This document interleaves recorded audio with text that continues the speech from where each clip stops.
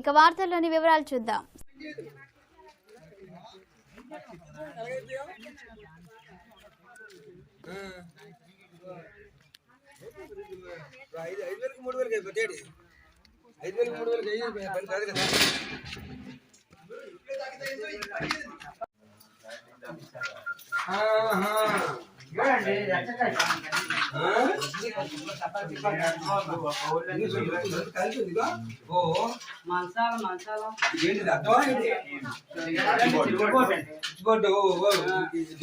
TV cable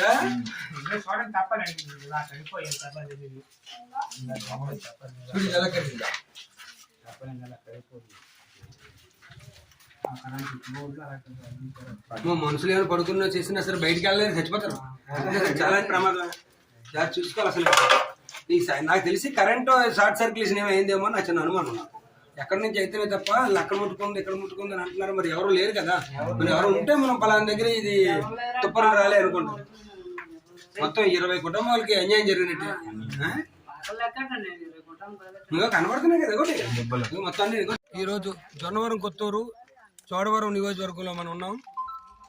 ఇక్కడ నిన్న మధ్యాహ్నం 12 గంటల సమయంలో చోడవరం మండలం కూడా ఇదే అంటున్నారు. అలాగే ఇక్కడ చాలా భారీగా అగ్ని ప్రమాదం జరగడం వల్ల అది ఏ రకంగా మరి ముట్టుకుందో ఎవరికి తెలియదు. అంటే అందరూ బయటకు వెళ్ళిపోయిన టైంలో ఇక్కడ చాలా ఎక్కువ ఆస్తి నష్టపోయారు. గొర్రె పిల్లలు, మేక పిల్లలు కూడా సజీవ దహనం అయిపోయినవి. దానివల్ల ఇక్కడ పాకలతో పాటు తినే ధాన్యం కూడా, అలాగే మేకలు పశువులకు వేసే గడ్డి కూడా చాలా ధ్వంసం అయిపోవడం మీరు ఒక వీడియో ఒకసారి చూస్తే తెలుస్తుంది. పచ్చని చెట్లు కూడా మొత్తం అన్ని కాలిపోయినాయి.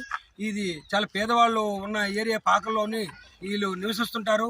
కొంతమందికి డాబాలు ఉన్నాయో కొద్దిగా సేవ్ అయ్యారు. అవి కూడా చాలా దారుణంగా కాలిపోయినాయి. ఇక్కడ యాదవ్ కుటుంబాలకు చెందిన మొత్తం ఒక 25 కుటుంబాలు ఇక్కడ తీవ్రంగా లాస్ అయిపోయి ఉన్నారు. తక్షణమే దీని మీద ప్రభుత్వం నష్టపరిహారం ఇవ్వాలి. ఒక్కొక్క మనిషికి 3 లక్షలు సుమారే నష్టపోయామని చెప్పేసి అందరూ చాలా బాధను వ్యక్తం చేస్తున్నారు. ఎందుకంటే గొర్రె పిల్లలతో పాటు ధాన్యం కూడా కాలిపోయి, కొన్ని సామాన్లు, కొన్ని సైకిళ్ళు, ఆ ఇంట్లో ఉన్న సామాన్లు కూడా కాలిపోవడం జరిగింది. కాబట్టి తక్షణమే ఆఫీసర్స్, అది ఎంఆర్ఓ కావచ్చు, ఆర్డీఓ కావచ్చు, కలెక్టర్ గారు కావచ్చు, దీన్ని మేము భారత చైతన్య యువజన పార్టీ నుంచి ఆయన నాకు పిలుపు రావడం జరిగిందన్న బోడే రామచంద్ర యాదవ్ గారు వెళ్ళి మీరు అక్కడికి వెళ్ళి చూడండి, అసలు ఎంతవరకు నష్టపోయారు, ఏ విధంగా నష్టపోయారు అని చూడమనడం జరిగింది. అందుకే తక్షణం ఈరోజు ఇక్కడికి వచ్చి వీళ్ళందరినీ పరామర్శించగా ఈ రకంగా ఇంత ఘోరం జరగడం అనేది కొద్దిగా చాలా బాధాకర విషయం. గత 40 సంవత్సరాలు బట్టి ఇలాంటివి ఎప్పుడు జరగలేదని ఇక్కడ ఉన్న కుల పెద్దలు కానీ, ఆ ప్రెసిడెంట్ గారు కానీ అందరూ చెప్పడం జరుగుతుంది.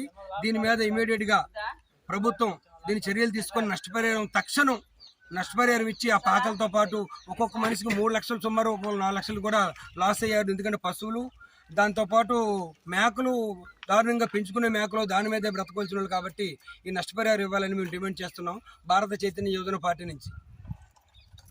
వార్తలు ఇంతటితో సమాప్తం. మళ్ళీ తిరిగి ప్రసారం అయ్యే టీవీ 9 న్యూస్లో కలుద్దాం. అంతవరకు సెలవు.